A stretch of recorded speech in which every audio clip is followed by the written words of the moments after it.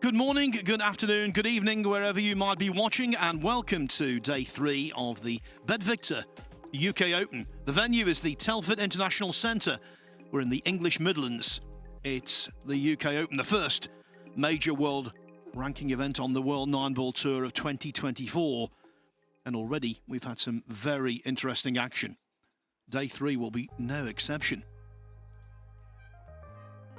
This is what's going to take place on Table 1 this morning. Now, this is a day where you've got a lot of competing rounds going on. Losers round 2, 3, and also winners qualification. First up, it's a losers side match between Max Lechner, former US Open runner-up, and Darren Appleton, former US Open and World 9-Ball champion. That's a very intriguing contest. Then winners qualification kicks in. 2 matches for you in that so far. Kopin Yi will take on Johan Chur. Then Anton Raga faces Alvin Anggito of Indonesia. We have 3 more matches as well, but of course they will be determined by how things pan out and circumstance. Over on Table 2, you can watch all of the action over there on the Matchroom Multisport YouTube channel. Pia Filler was playing in Bristol, Tennessee, the birthplace of country music, at the weekend in a ladies' event. Now she's here to take on Can Salim on the one-loss side. Then winners qualification again, 2 matches, Koping Chung and Win Antoine, followed by Fedor Gorst against Jan van Lierop of the Netherlands. Once more, 3 more matches will be taking place on Table 2, and they will be determined by who comes through. The players are standing by, so let's get this show on the road. And I'm delighted to say joining me in commentary is someone who's got his name on the same trophy as Darren Appleton, a former US Open champion, Jeremy Jones. Well, thank you, Phil, and what a match to start here. And a big match for both these guys to get a big day started trying to get into that final 64. Tell 2 stories with these 2 guys. Of course, Darren, a veteran, and he's really won everything in the sport, a Hall of Famer. A player that's come off a very incredible health situation, is making his way back into the sport. Then Max Lechner trying to get his first big win. He's threatened a few times out here on the World 9-Ball Tour, but hadn't quite got it yet. Well, we saw a snippet of Darren Appleton yesterday. He was over on Table 2. He lost his opening match 9-5 to Niklas Doer of Germany. But then he bounced back well, beating 2 tough opponents, Riku Rompainen, 8-5, and Che Chia-Chen, 8-6.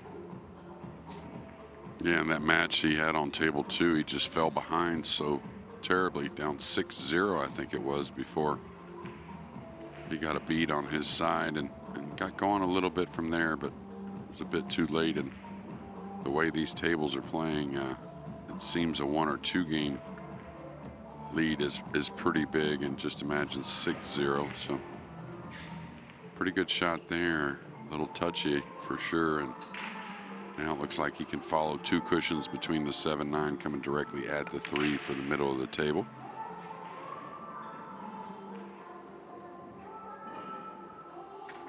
So good to see him back, because as I was saying yesterday, 12 years ago, that period, he was one of the main men, wasn't he? Yeah, absolutely, a bulldog. Player that's never going to give in, that's for sure, and sometimes can ride a little emotional. I think that's probably a little more in check since his return to playing, and maybe trying to play his way back into some of that, aggression we love to see from Darren, and of course all the spirit. A little odd here, he's going to have to kind of stun by the 8. Got to command the speed. He may be able to do it with just a little spin. He's going to catch a piece of the 8, so a little bit of trouble, an awkward stretch. We'll see how comfortable he is about easing this ball in to hold for the 7, or if he lets the cue ball run a bit.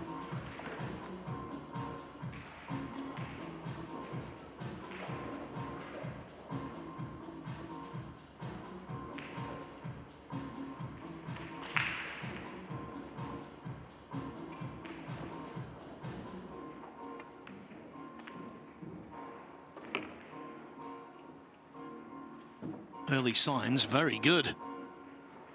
Yeah, getting more match time, more, balls down, more comfortable. He's a guy that can process really well, and also can analyze. He's one of those players who can really recognize what he's doing right and wrong, and get those feelings and take them and carry them into future matches. Fell a little straight here, maybe. Now he can work it forward to get a bit closer to the 9.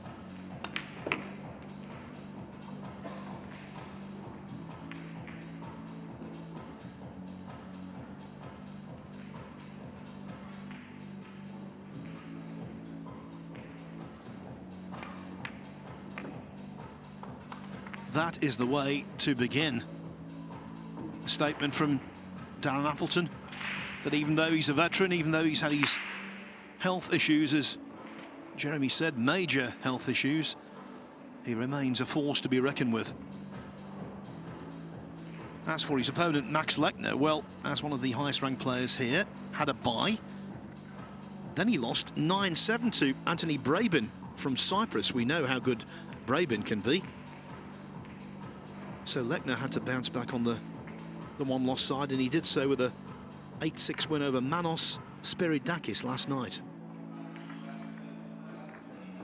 This tournament never been particularly kind to him. He lost in the last 32 last year, and in the last 64 in 2022. But normally, he goes pretty deep in these major World 9-Ball Tour ranking events, most notably, as I mentioned before, runner-up to Francisco Sanchez Ruiz in the US Open of 2022 in Atlantic City. Yeah, definitely Max, always there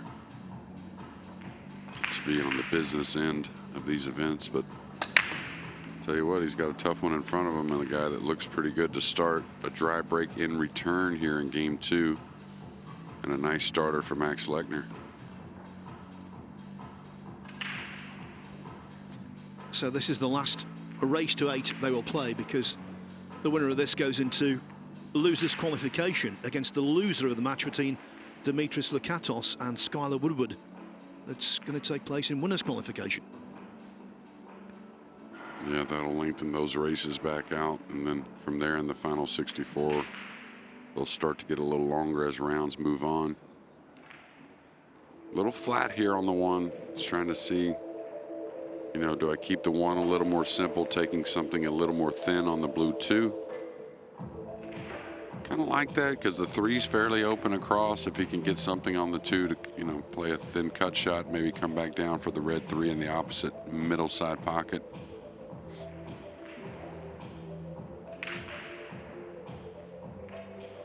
Doesn't want to make the 1 too difficult.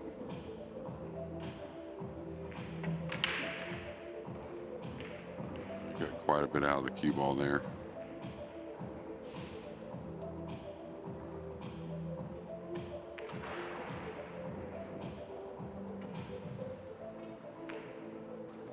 Now Max, who suffered a loss and then came back with a win, but it was a tough win. He kind of was close in that match the entire way, maybe even was down a game at times. But so, something he can lean on a little bit after an early loss in this UK Open.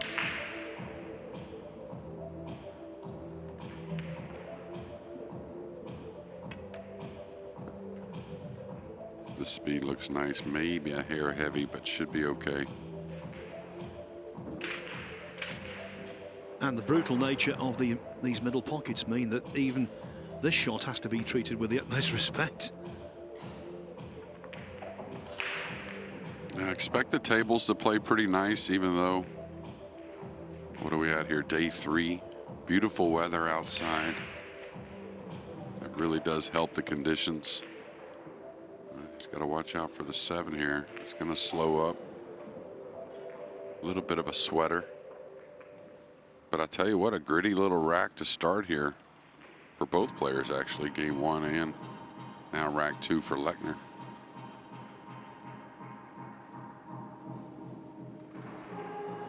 Thought it was a really good choice for our main entertainment on table 1. You don't expect these two to meet so early, but I think that underlines just how tough the World 9-Ball Tour is these days. These things can happen now. Yeah, absolutely. I mean, if you look at it, of course, there were some invitations here, but the majority is off the W&T Pros and then the qualifiers. So the nature of all these tournaments and the shape of all of them is going to change more and more each event. And boy, he's gotten out of line here. Don't know if he was just trying to come 2 rails and stay underneath the 9, a little straighter on the purple 5. Seems that's what he was trying. I thought he may really unload a little more trying to get to that 3rd rail.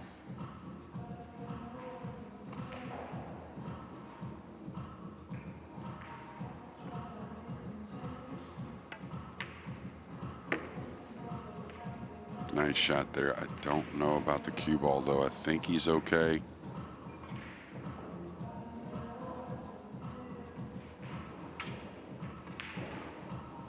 It's very close. May just be partially snookered. Having to go to the jump cue, maybe his break cue. A lot of times when there's this much distance, only a piece of the ball, the players will go towards the break cue to jump the cue ball.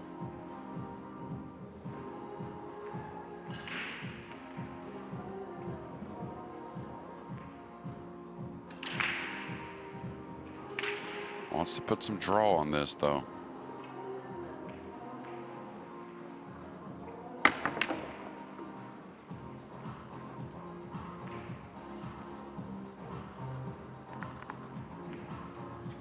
One examination passed, another one coming up. This one all about cueing.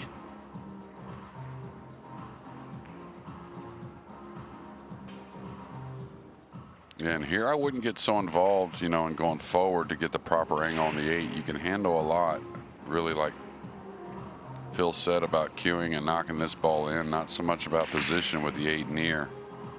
So keep it friendly how you like to make the ball.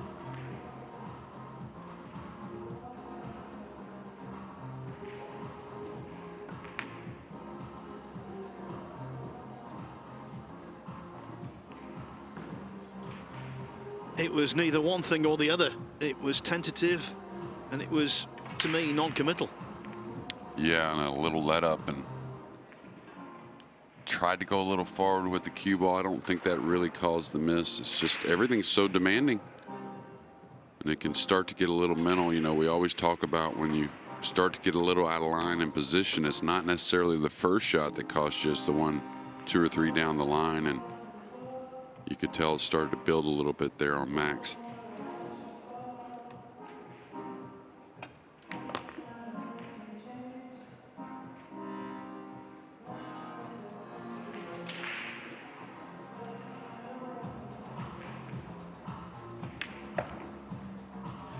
Darren Appleton doubles his lead. 2-0 over Max Lechner.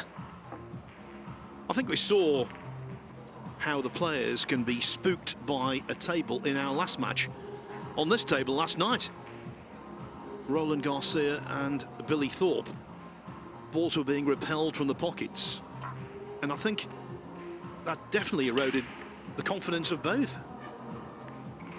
Yeah, I think it was a little bit of 2 different ways of that happening. I thought Roland kind of got away from his game, trying to make for easier shots, and I was talking about it with some friends afterwards last night. I was doing the same. Forgot to play the shot itself and tried to just get the ball down, and then it becomes very mental. I thought Billy hung tough, just missed some balls. I didn't really see him kind of back down mentally. He pulled out a heck of a win to survive today. All right, so both breaks and his practice breaks weren't very good either.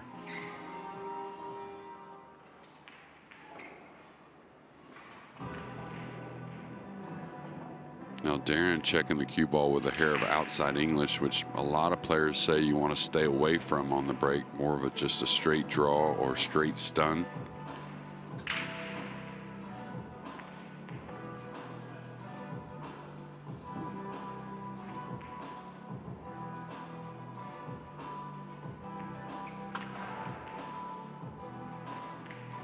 I'm not sure how much the one he can see here. If not, this is pretty odd, the safety. Hard to roll the ball with the side pocket there and try and get up table, so you kind of got to draw off the one, so it makes it very hard to control. Not really sure what the shot is here. see all the one. There's a lot of plays you can go behind the 5-6 with the cue ball, but I don't think that's the case. He double banked the one in between the 5-9. Oh, he could see that much of it. Wow.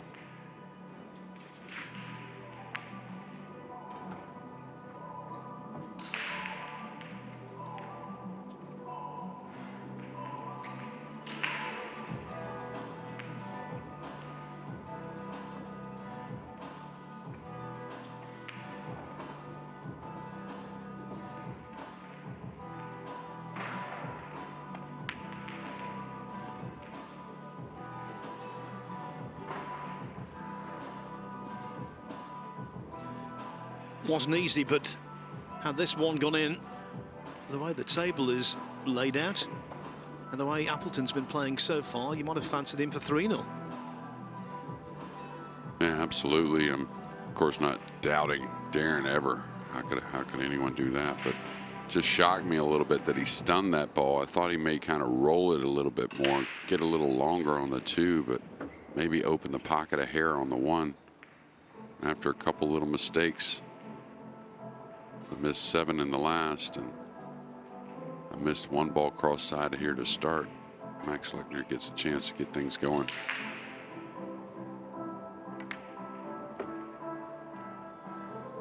Yeah, he's falling a little straight here. Shouldn't be the worst of things considering the pink 4 and the purple 5 fairly open, but he's going to have to make a bit more of a shot on the pink.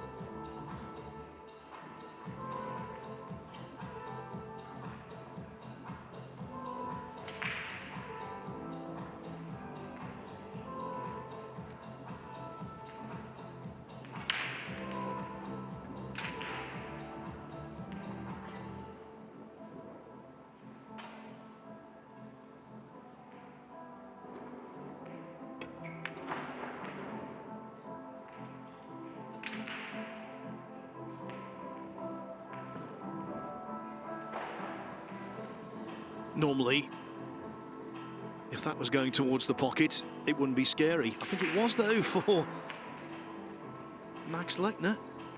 Thankfully dropped.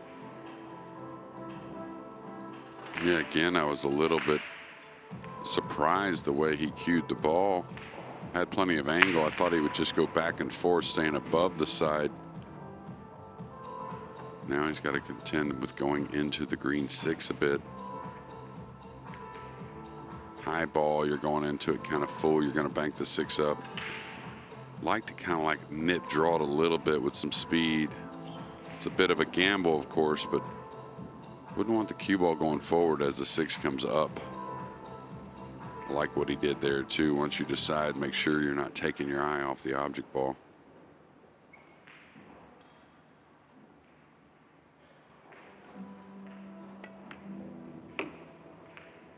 Killed it by the 6. Very nice shot.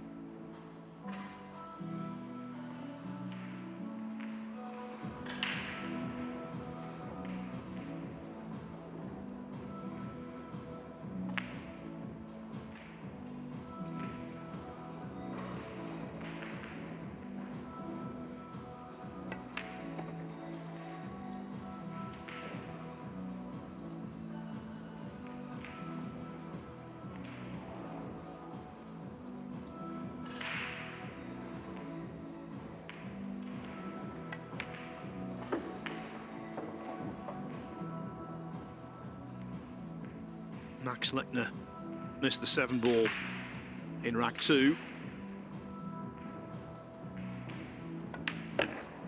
No such error in rack 3. He's on the board.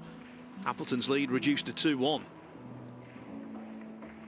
As I mentioned, right now, a couple of different losers rounds going on.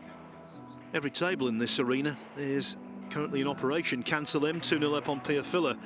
Holger Veer and Shane Walford, who made his debut in the US Mosconi Cup team last year, they've shared the first couple of racks. Same with Sunish Garib and Ralph Suke. Gabriel Vasilashi, he's 2-0 upon Chris Watanawana.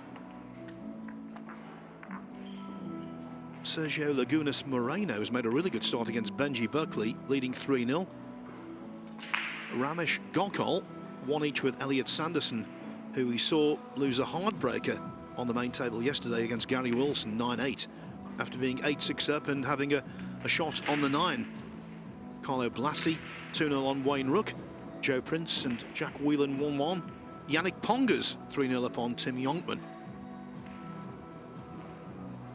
And Dennis Grabber sent to the one-loss side. He's 3-0 up on Tashunka Witko. Oh, there you go. How about that? That's the way to win a rack in the blink of an eye. The old golden break, Jeremy.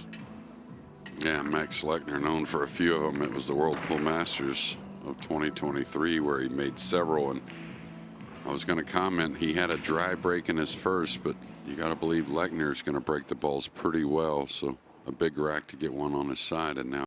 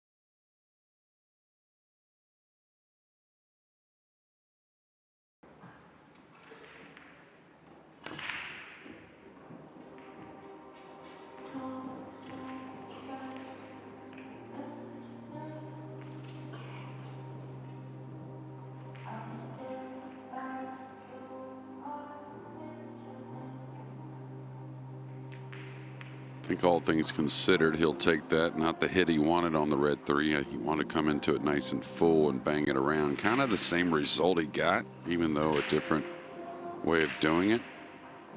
Now Darren's going to have to shoot at this, I think, and try and run the cue ball and kind of develop something from there. Could bang this away, I guess, but there's no real snooker there, so I think he's got to attack.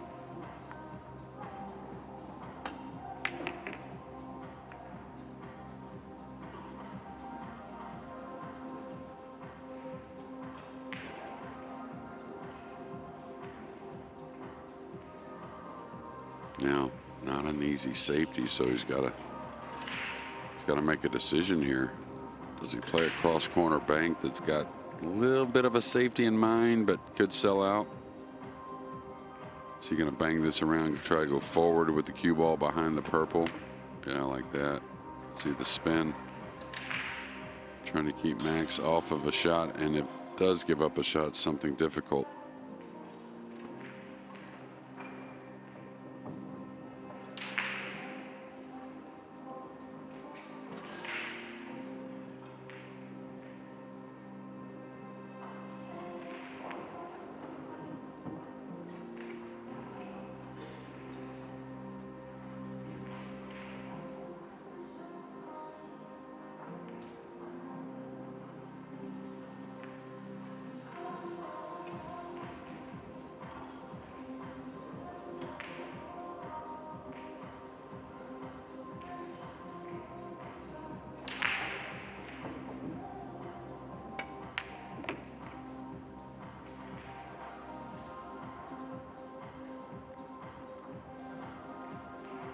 Well, there was no bad there. It was good. And then the end position was ugly. Shame, because purely in terms of the pot itself, that was a fine shot. Yeah, best stroke of the match, I thought, for Lechner. Really solid all the way through, and just maybe didn't get as much check on the ball as he wanted. Seemed pretty satisfied. The pink hit the center of the pocket.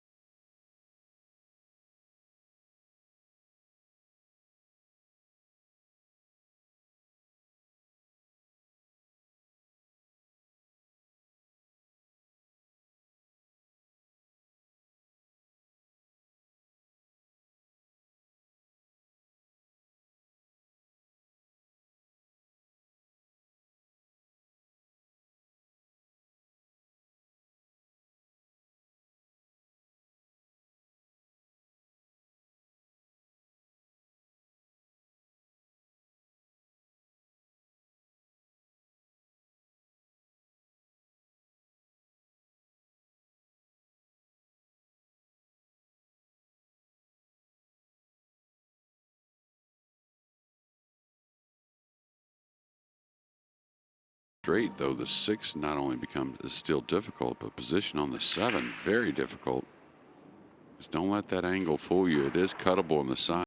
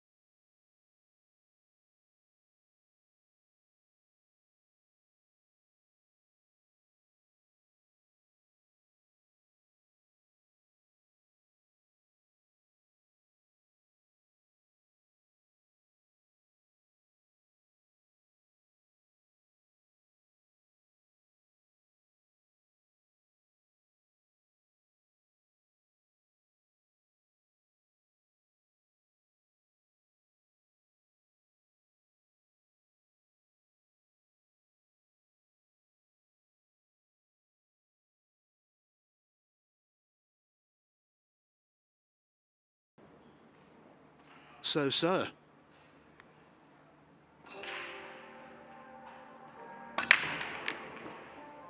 Almost another golden break. That one really threatened the pocket. He's going to get a little sliver of the blue 2 as an option, but not a whole lot. This one got crashed over by the cue ball. A little kiss off the 8.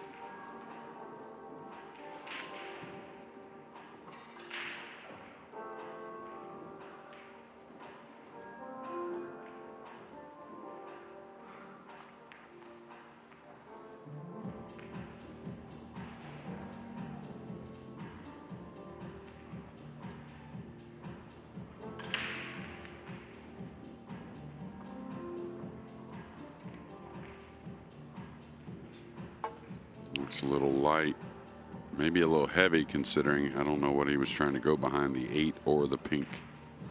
He's definitely given up a look here. A red 3 that's very difficult, but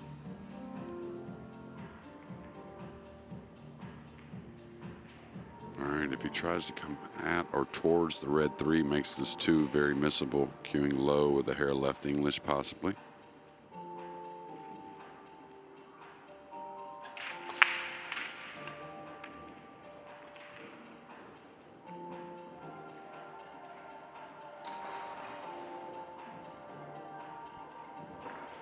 We seem to have had this conversation on commentary quite a few times this week, Jeremy, either with yourself or Carl, or even Imran Majid, who's popped in a couple of times to guest spot. when you miss a 9-ball, as Appleton did in the previous rack, you have to try and forget about it. But it's so tough, even if you're vastly experienced like he is. Yeah, and I think the overall setting of the tables make it even more punishing mentally and of course to move on. Look at this shot. Wow, what a hit. He's going to get any reward. He sure is. Very good there, Max Lechner. But what I'm getting at is when you lose a game you're not supposed to, the way the conditions are, you just don't get that feeling, oh, let me just get a shot and I'll be able to run a rack or maybe run another rack. It's very difficult to get games, just how difficult it is to make balls. So giving away any is really detrimental in any wins. Switching hands. You know, at the recent World Snooker Championship, it happens a lot now where players switch hands. Never used to. Ronnie O'Sullivan, of course, is naturally ambidextrous and he plays brilliantly left-handed. Lots of other players, I think, switch, and sometimes it's to their detriment. We saw a lot of crucial mistakes where players went to the other side, as it were. Yeah, I wonder why they would change from the rest with those players so solid with the rest. Watched a lot of that World Championships, actually, Phil. Of course, being in Scotland, it was on every day during the tournament, and stopped by the Crucible. Pretty incredible place.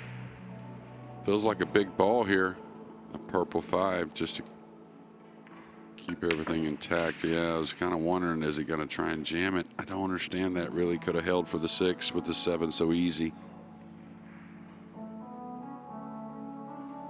What a mixed bag so far from Max Lechner. Some really world-class shots and then some bad mistakes. Let's not forget, that's the second pot he's missed to that pocket. And also, he missed a straight-in 7-ball, albeit from mid-distance, in the second rack.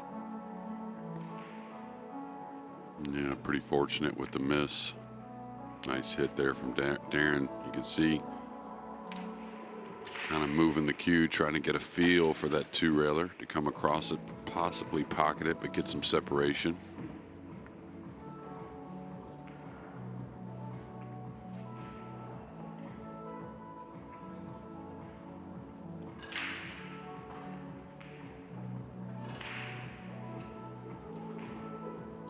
Carl Boyd's on level terms with Carl Naderberg at 3-3.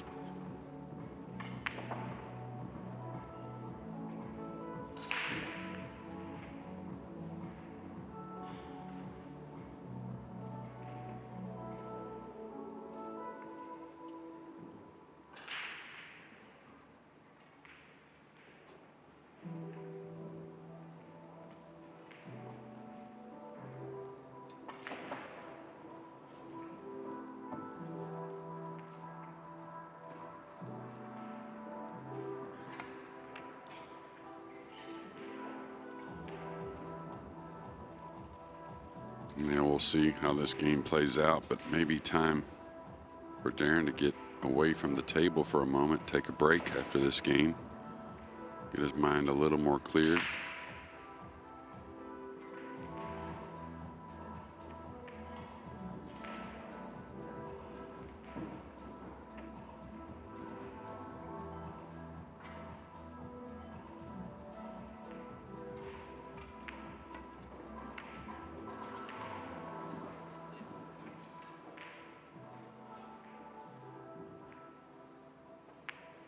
Beautiful play there from Lechner.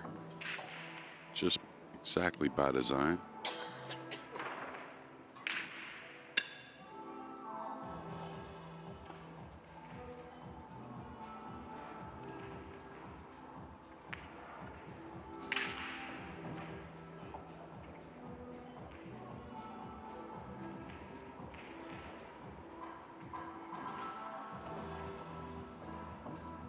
Watch out if he makes it, that upper right corner with the cue ball.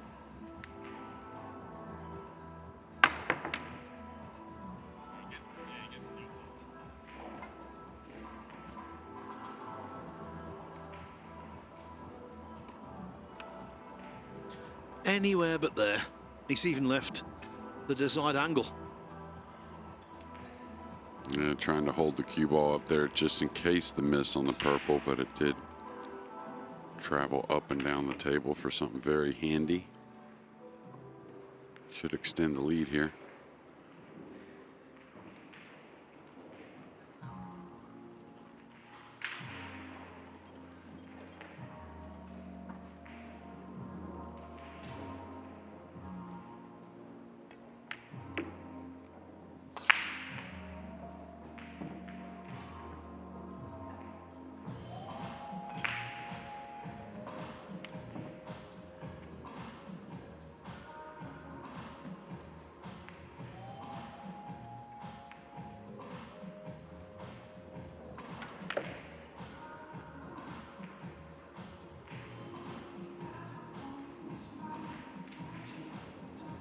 Choice here can come one rail straight down the right side of the table, 2 rails to the short side of the 9. Kind of like 2 rails myself. Very natural pocketing the ball.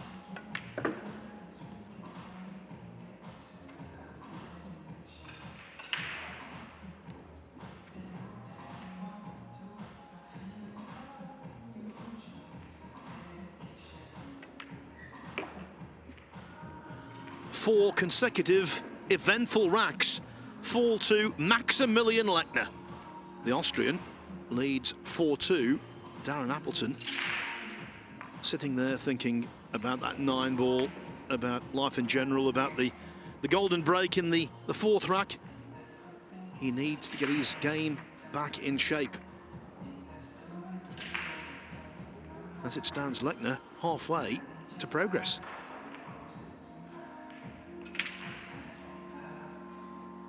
Cancel in is the same against Pierre Filler, 4-0 up. Shane Walford, the Virginian, 4-1 upon Holger Veer. Ralph Souquet, it's slow going over there against Sunesh Garib on table 19, but Souquet bringing his great experience to bear. He leads 3-1. Gabriel Vasalashi, 4-1 upon Chris Watanawana. These are all losers' second round matches. Elliot Sanderson and Ramesh Gokul, 3-3.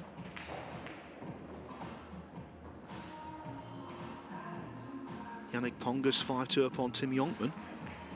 As for losers, round 3. Mustafa Alner's looking good against Craig Brown at 5-1. Ahmed Tawfiq, who's the pride of Brunei pool, he's leading Welshman Marcel Price 4-1. Billy Thorpe, what a start he's made, 5-0. 5-0 now over Sanjin Palavanovic. Jose Alberto Delgado, 6-1 on Chris Alexander. Cristian Sedea from Romania, I was watching him yesterday. I think he's really improved over the last year or so. He's 3-1 upon Chang Yulong. Paul Song, 5-1 over Radislav Babica. These are all, as I say, losers round 3 matches. Fraser Patrick, 4-3 upon Jeffrey Rodder. Patrick responsible for that remarkable 9-0 whitewash of Stuart Bingham on the main table around this time yesterday. Mubarak Al-Wahabi and Evo Arts, 3-3. Tobias Bongers holds a 3-2 lead over Arfan Dad. As I mentioned before, our pal Carl Boys, 3-3 with Carl Naderberg. Daniel Corrieri, 3-2 upon Yanni Uski. And Stephen Ellis and Soa, 3-3. Stephen Ellis, a very tall individual. Could be a decent basketball player.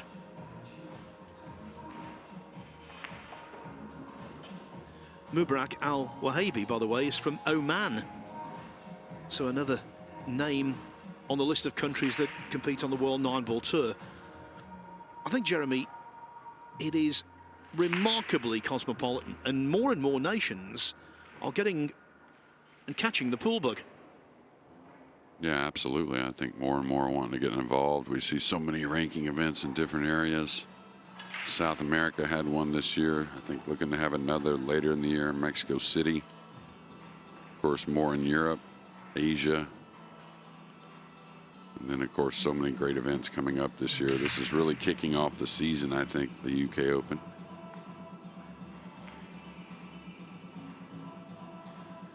this is a wonderful opportunity as well for all of the local 9-ball players from the UK to play in an absolutely world-class event. And we must say, at a world-class venue. By the way, if you're watching this overseas and you're wondering about Telford, well, it's a very historic place. Home of the Iron Bridge, which is the first ever cast iron bridge over a river. And it's so historic, it's actually a UNESCO World Heritage Site. And this is the cradle of the Industrial Revolution. It all started here. Wow. Saw the sign for the Iron Bridge, didn't realize the historic value of it. But now Max Lechner to break here in Game 7.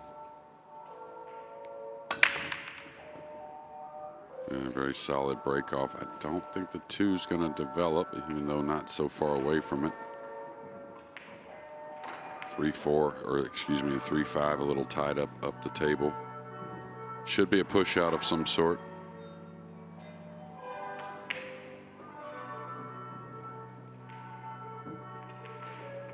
Just going to give you a little sporting history of Telford as well. It's produced 3 very important figures in sport. Sir Gordon Richards, who was a very famous horse race jockey, he won the Flat Jockey Championship on 26 occasions. Billy Wright, the great footballer who played for Wolverhampton Wanderers just down the road, the first England player with 100 caps. And Matthew Webb. Now that name might not be so recognisable. He was the first person to swim the English Channel. All from Telford.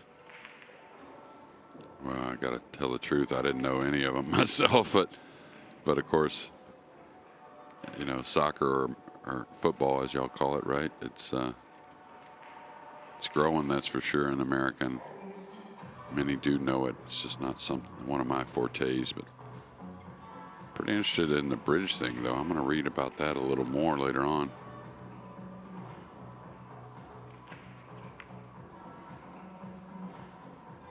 Pretty handy little play here. Don't know if he got the complete snooker. He got a partial one at least, but from a tough situation like it always is with the push out. I think Max may be settling in a bit. By the way, we've got a result. Dennis Grabber beat Tashunka Witko 8-0.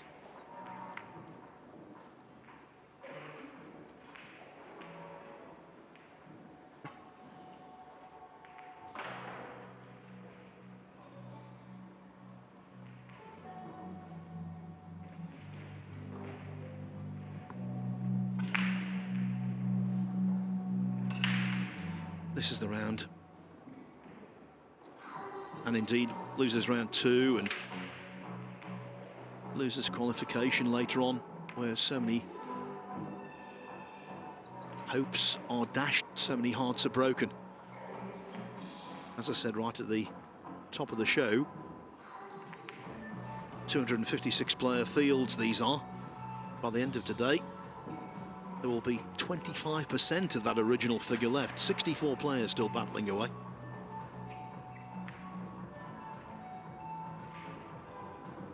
And Darren's got a pretty nice 2-rail kick here. If he likes it and gets the feel for it, he can play it somewhat light with the 3-5 there. It's a little bit of a gamble, but it's the type of kick shot the players usually get a good feel for, coming 2 cushions off the long rail and the short rail, coming right at the 2. Trying to play the snooker behind the red 3. Yeah, you see the light speed. And it's going to try and be a containing shot as well, if anything else.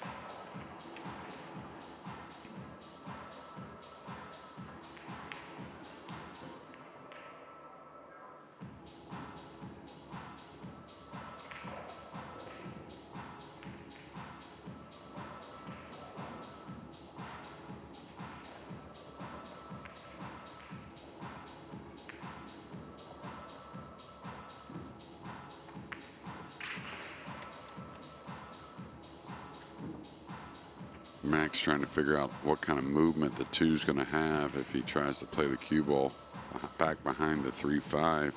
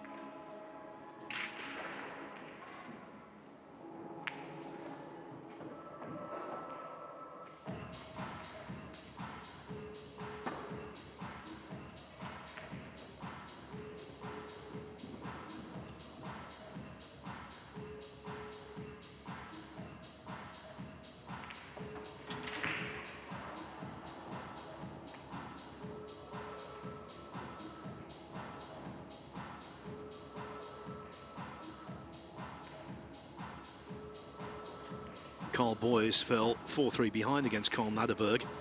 Now it's 4-4. Yeah, I saw Billy Thorpe got another one on his side. I think 6-0.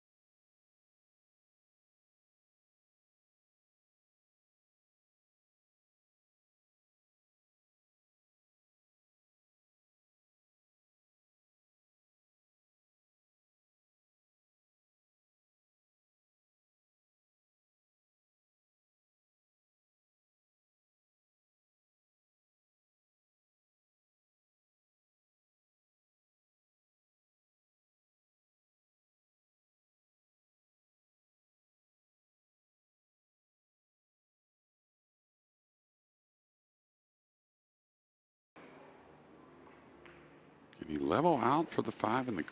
Okay, that's what he's kind of doing. This looks super dangerous to me. Is he going to get past the side, then between the 6-9 and back around? Well, that's just really a class shot right there, Phil. Your assessment of the match absolutely correct as always. Yes, the game of Appleton is struggling, there's no doubt. But as he started to struggle, his opponent has started to thrive. Yeah, and the vast experience, of course, and experience of having some struggles at times, and understanding that sometimes that's just a process of how the game goes, especially an early match, first match of the day. Easy to have some of those misses until the arm really gets oiled up, and uh-oh. He's got to slow down a little bit. Kind of got thin from nowhere, and now a big decision coming at 4-2.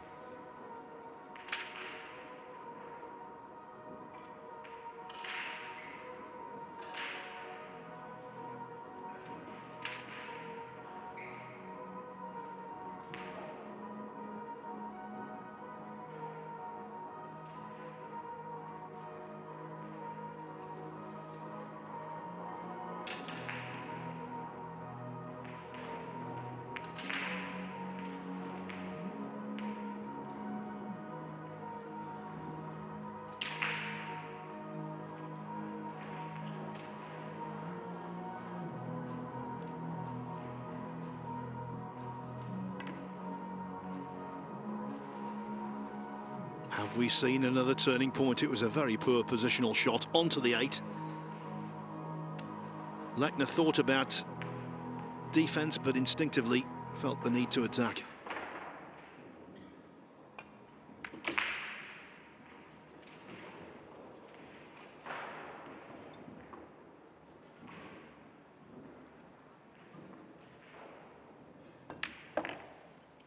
Just the turn of events that Darren Appleton needed to maybe restore his mojo. 4-3 now, Lechner's lead. It might well have been 5-2. Good morning so far for prospective US Mosconi Cup team members. Shane Walford, 6-2 up on Holger Veer, that after losing the opening rack. That's in losers round 2. If you go into losers round 3, as Jeremy has been saying, Billy Thorpe has been in total command against Sanyan Pilovanovic. On the hill, it's 7-0 now. Also on the hill, Mustafa Alner, 7-1 up on Craig Brown. Jose Alberto Delgado, 7-1 over Chris Alexander. Paul Song looking good against Radoslav Babica at 6-1. Carl Boys has gone behind again, 5-4 to Carl Naderberg. And Steve Ellis starting to pull away against So-So at 5-3.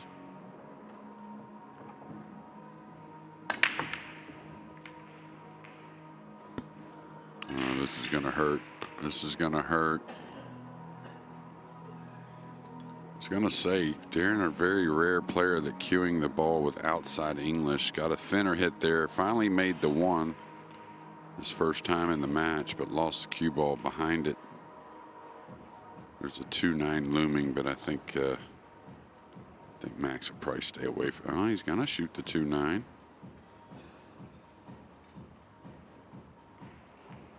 I think this comes into play a bit more often with the table the way it's playing as well. Oh yeah, you got to shoot this. Sitting very nice. 2-9, another rack that's over very quickly. As of course was the 4th when he prospered with a golden break.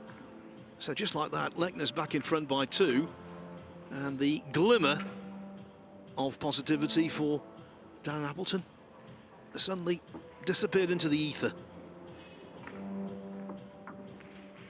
Phil Burford 4-3 up on Ashik Nathwani. Same score for Daniel Corriere over Ioniuski.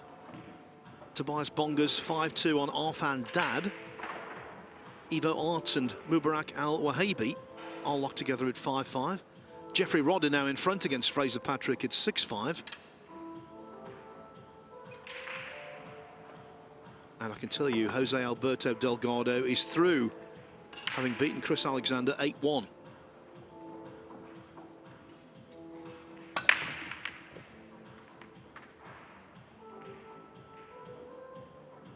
Darren might look at that and say that same side pocket swallowed mine up. And of course, Max a little more solid on the breaking in, that's for sure. Happy that cue ball didn't get lost, though. Probably a push out.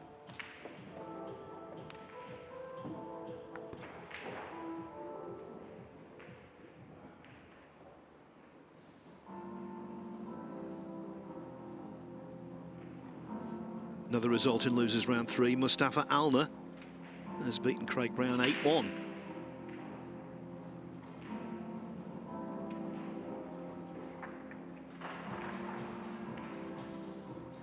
Always think, Jeremy, this is the day when the tournament really kicks into gear.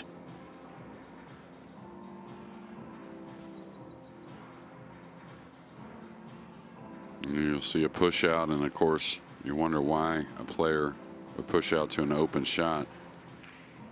Well, you don't want to push out with the cluster where the safety is very easy. You'd rather challenge a player or your opponent, even and especially, you know, after seeing some games and maybe Darren struggling with a few missed pots. So we'll see. Darren's going to pass it. A couple shots here. Of course, he could shoot at this. He could shoot through the 2-ball, kind of knocking it 2 rails to the upper rail.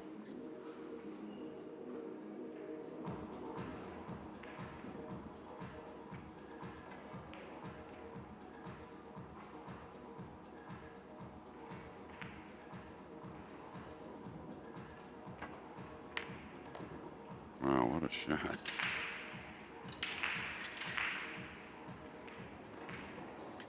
Three or four pots in this match already from Max Lechner have been right up there with some of the best we've seen from anyone.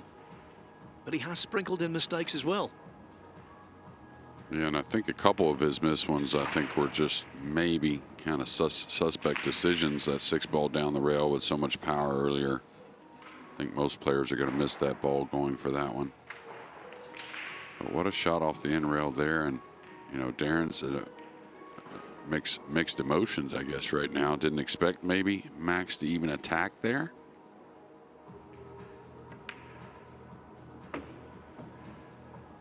Oh, that was really good. That little light forward stun for the pink in the right middle got perfect to come down for the purple.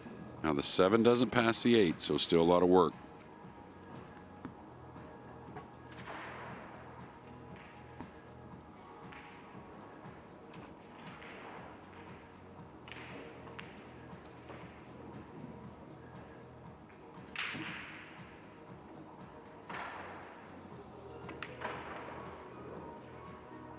You can see why Lechner is so often there or thereabouts in the big tournaments. Look at his collection of outcomes last year. Last 16 in the World 9-Ball Championship, quarter-finalist in the World Masters, last 32 in this, quarter-finalist US Open, last 16 in Vietnam.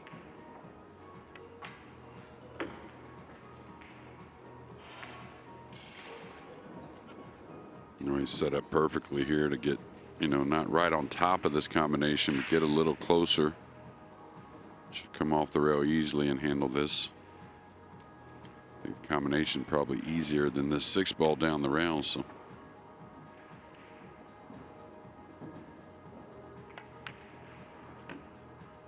little short stroked it a little bit, caught it a hair heavy.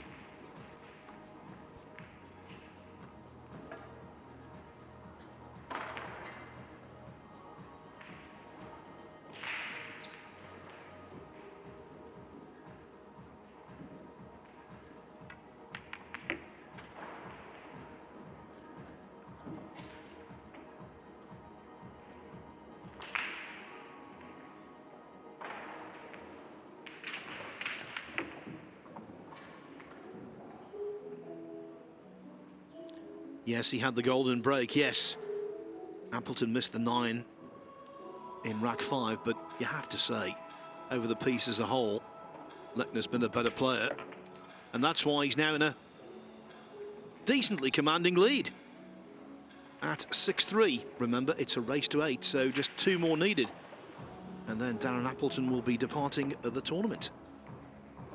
Only 1 more needed in losers round 2 for Shane Walford. He leads Holger Veer 7-2. Ralph Souquet grinding out a result, it seems, against Sunish Garib. Souquet 5-1 ahead. As for losers round 3, well, Billy Thorpe has beaten Sanyan Perlovanovic. What a result that is, by 8 racks to 1. If that's not a confidence builder, I don't know what qualifies.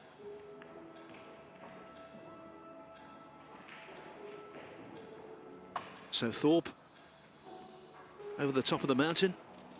Lechner wants to get on the hill.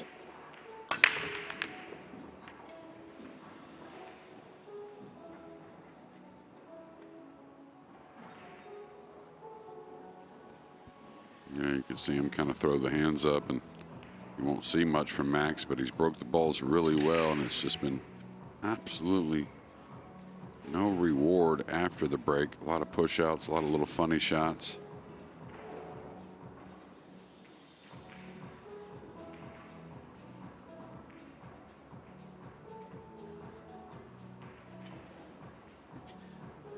Carl Boys refusing to accept the dying of the light. 5-5 with Carl Naderberg. I said yesterday to him in commentary that literally now he's neither shy or retiring.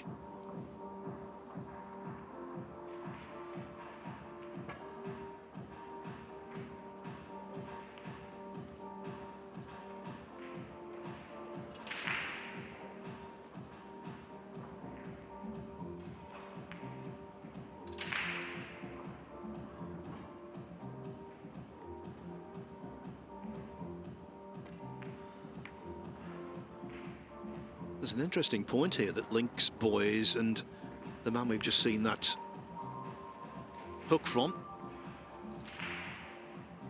Yes, Jason Shaw is quite clearly a selection for Team GB in any World Cup that's forthcoming. But the second place, hugely up for grabs. Elliot Sanderson's played the last couple of years. Obviously, he's in the mix. Darren himself, Chris Melling, and maybe even Carl also. Yeah, you never know, and I think there's some players that are improving on the British side of things for the UK, and I think, you know, maybe this year will show us a little bit more, and maybe some other names that may be a future candidate for that UK team. Yeah, I agree with that. Most certainly, there are a multitude of players in the mix.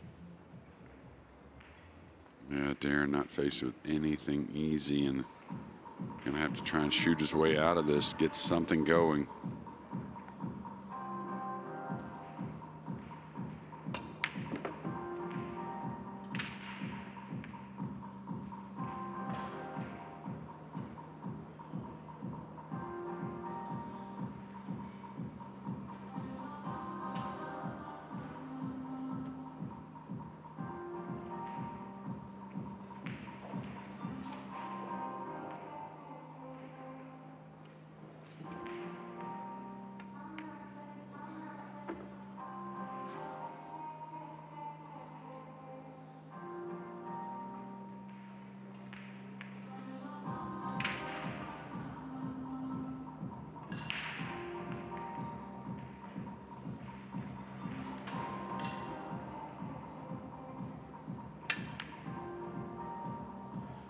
Again, another huge setback.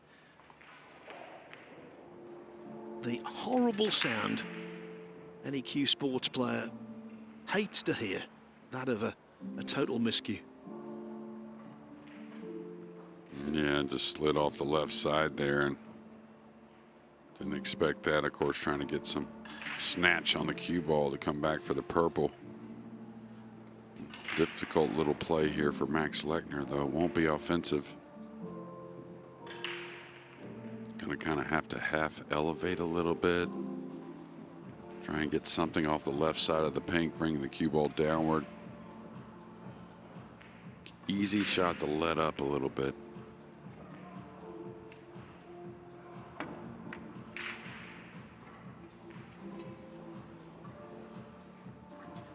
Those of you watching on the East Coast in the United States, nice and early, I can tell you Shane Walford's through. 8-2 over Holger Veer. He won 8 of the last 9 racks. Yeah, looking solid, probably getting a little more comfortable. I think he just showed a day or so before the event started, so these players will get stronger. It's a matter of surviving.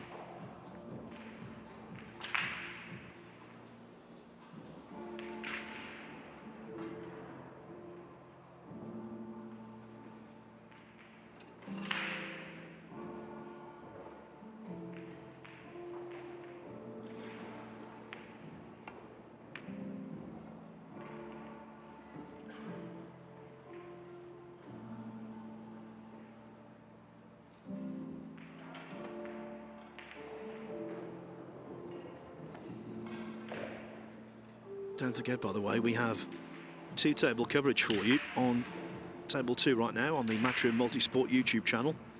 Can Salim is 5-2 up on Pia Filler.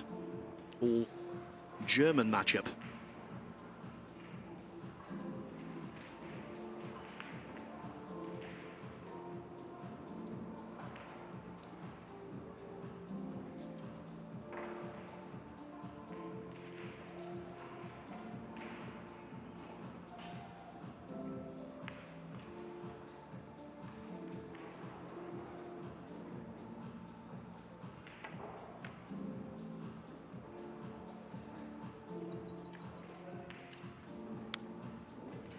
Played with the little piece that Darren left on that pink. Did go for the pot, but a little fortunate the way it rattled around the pocket, came away. So Darren really up against it at the moment after some mistakes.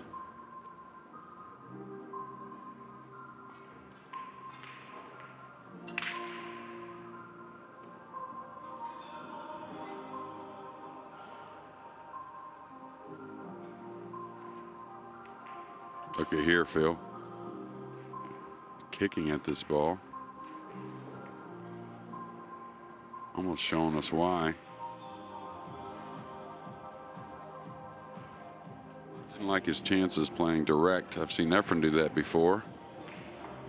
Especially whenever they're struggling a bit more. You know, you take on something that you're low percentage shooting directly at the pink.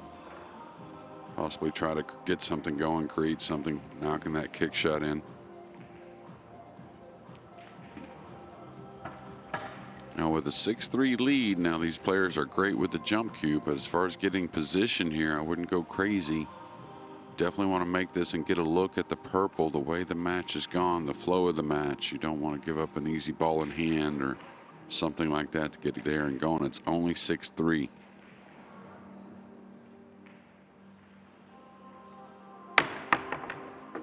He moved it nicely off the edge of the pink. It's going to have that look I was talking about, though, so should feel fairly secure.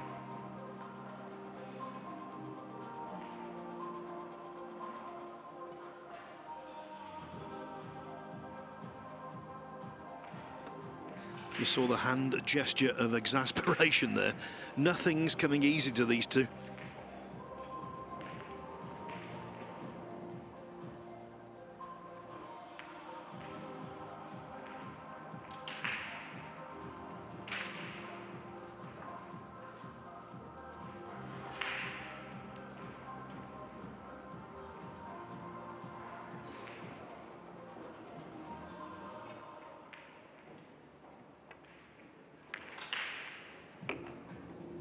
Oh, the double kiss scratch.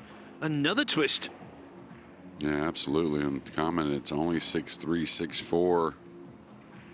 Here, if Darren can get out and breaking the balls, which hasn't been his biggest asset so far in this match, the break shot, but that can turn around as well.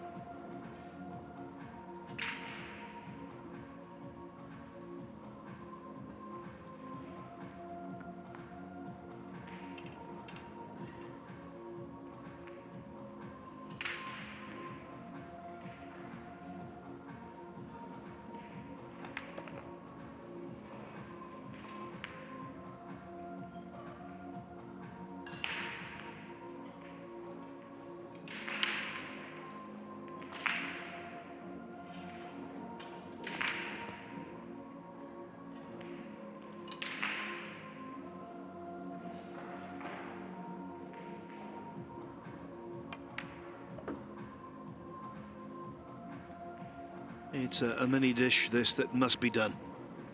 And he's not giving himself the the greatest amount of angle on this 8.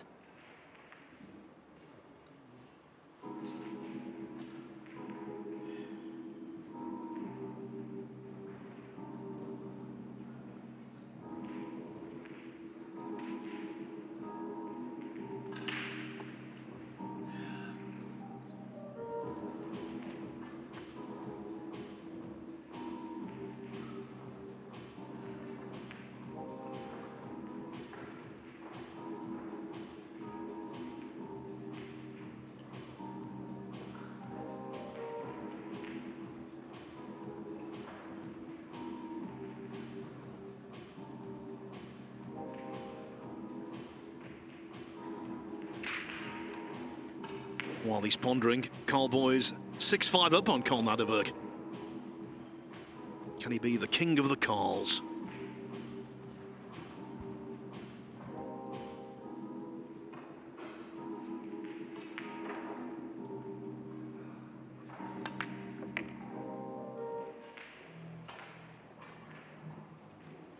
Well, good luck with this one.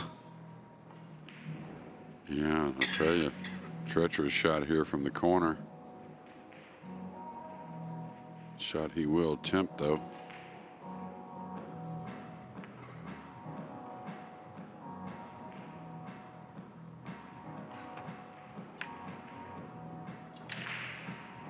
May have fluked it. It doesn't appear so. As the cue ball was going across the table, we knew that was very close. We knew from Appleton's expression, though, it hadn't dropped in. But surely the 9 will.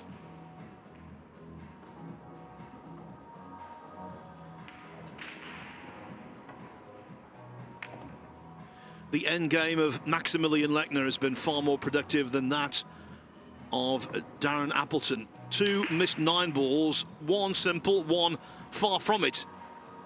And a golden break. Plenty of other incident. It all adds up to a Max Lechner 7-3 lead. He's on the hill. A possible 5 racks left. Appleton needs them all.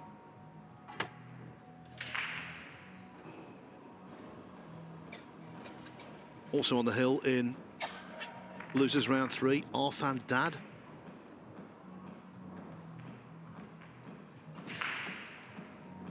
Jeffrey Roeder 7-5 up on Fraser Patrick. Evo Arts 7-6 on Mubarak Al-Wahibi. Arfan Dad actually is 7-3 down against Tobias Bongas. So his opponent's on the hill.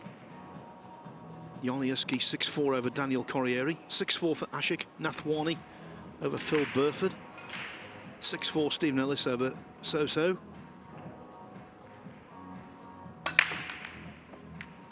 As, by the way, some of the winners' qualification matches are just about to begin.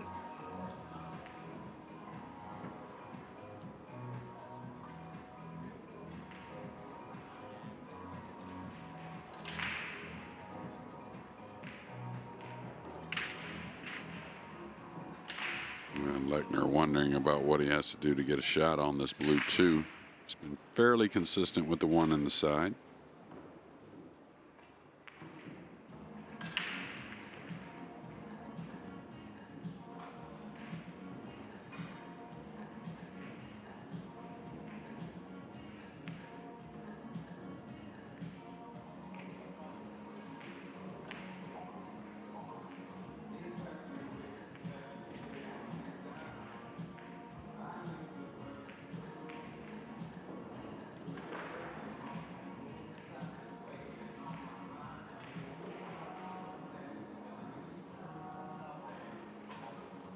I was going to say, I'm not sure Darren even will get out of his chair here to give back the push out. I was saying yesterday, Jeremy, the first rule of rollouts, push-outs, whichever you like to call them, not make it too difficult for yourself. Clearly, Max Lechner had a plan.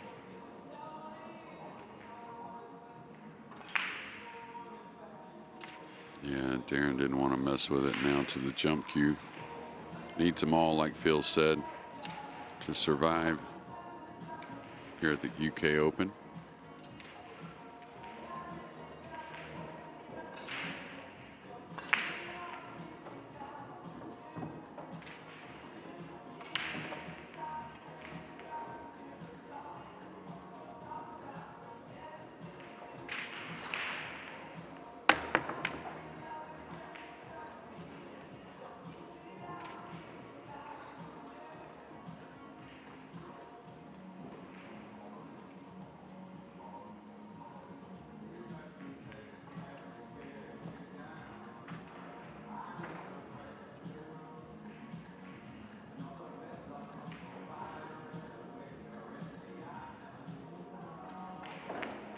I think that's what they call returning the compliment.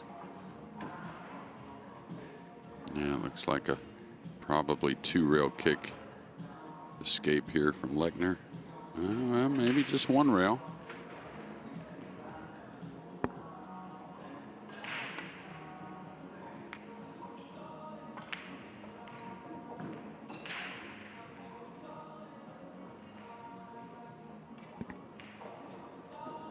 The time has come when Darren Appleton has to turn back the clock and sparkle.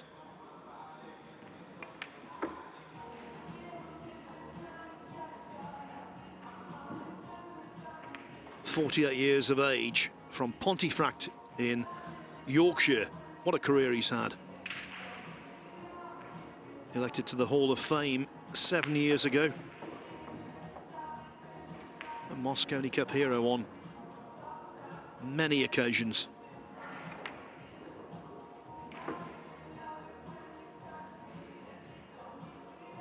Gold medalist at the World Games.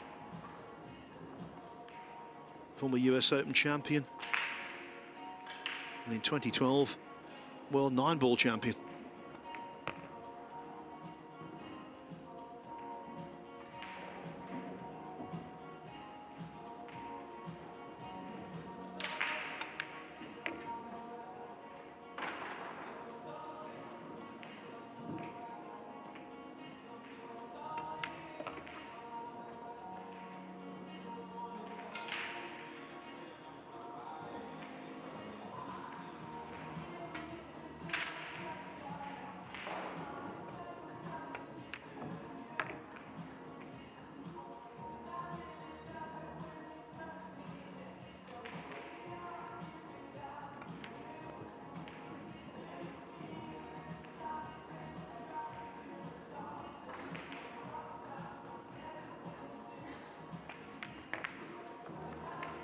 It's a case of 1 down, another 4 to go.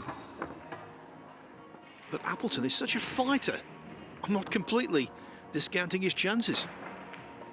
No, he seemed a bit disgusted there just in the middle of the match towards this latter end. But, you know, he can flip the switch like anyone, given the chance. And he knows he's had a few chances he'd like to have back and may play a big part in the outcome of this match.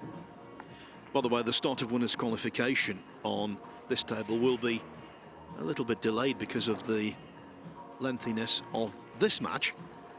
Coming up next, it's a blockbuster. Johan Chur, the World Cup winning Filipino, against Chinese Taipei's Ko Pinyi. They could be teammates in the Reyes Cup later this year.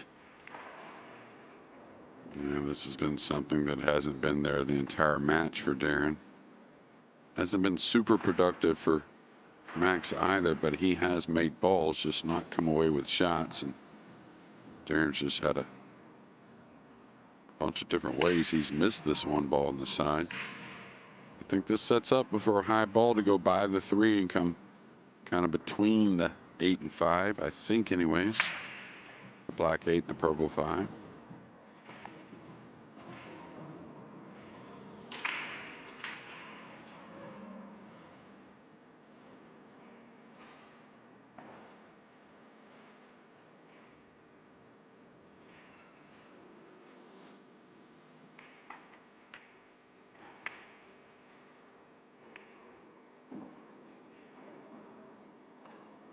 Yeah, really nice opener there from Lechner.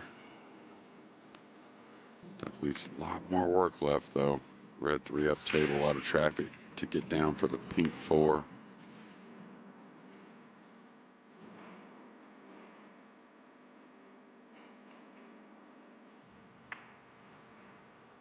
Couple more results for you. Jeffrey Rodder survived a mid-match scare to beat Fraser Patrick 8-5. Tobias Bongers, an 8-3 winner over Arfan Dad. That's all in losers round 3.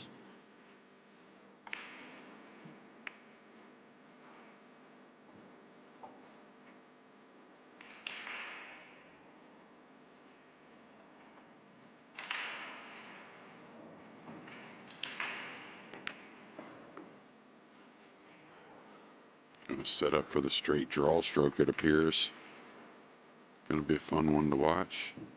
I think Nunberg has gotten one back. It may be 6-6 in that match between him and Carl Boys. May not be updated just yet, but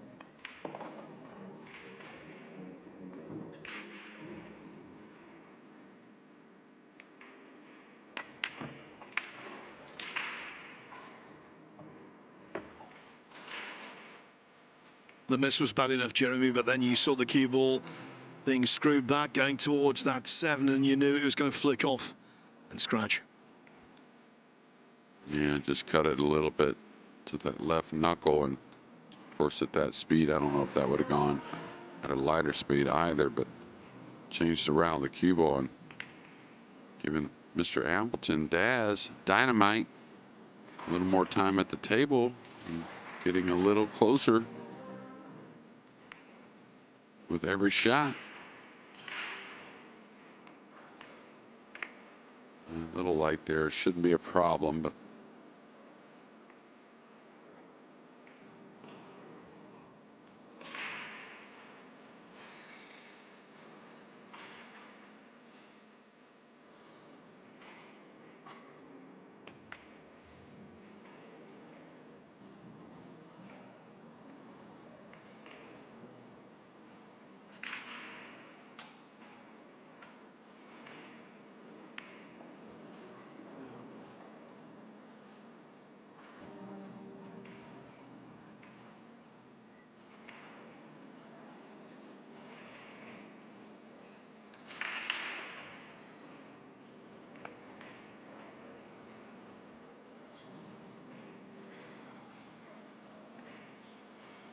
Another in a string of disappointments.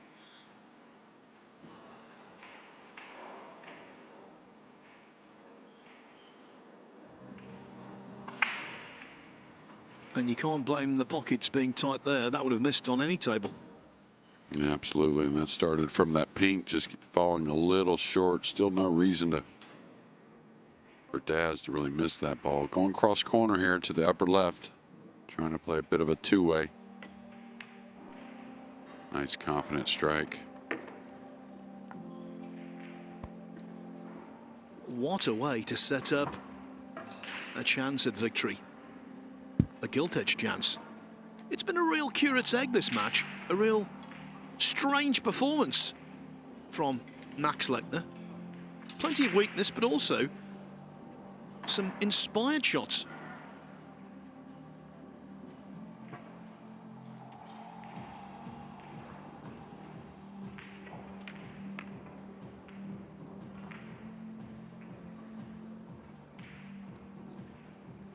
Two balls away from a place in losers qualification against the losing player between Dimitri Lukatos and Skylar Woodward.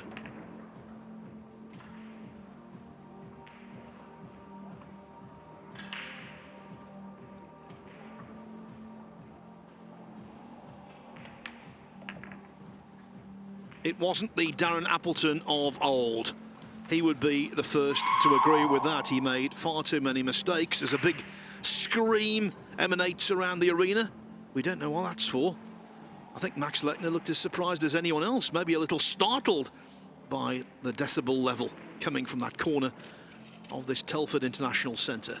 But he's through anyway with an 8-4 win. He's now in losers qualification. Get through that, and the last 64 awaits. As I said before, next up on Table 1, what a mouth-watering affair. It is Philippines against Chinese Taipei, a battle of two pool powerhouse nations. Yuan Che against Ko Pin-Yi.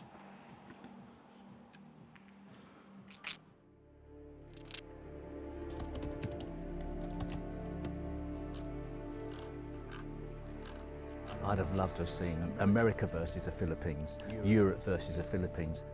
And I think there will be the winner of the Moscone against Asia or against the Philippines at some stage. There's a different tournament. There's definitely something on another event to do with Asia versus the Moscone Cup winner. And that's all part of the bigger plan.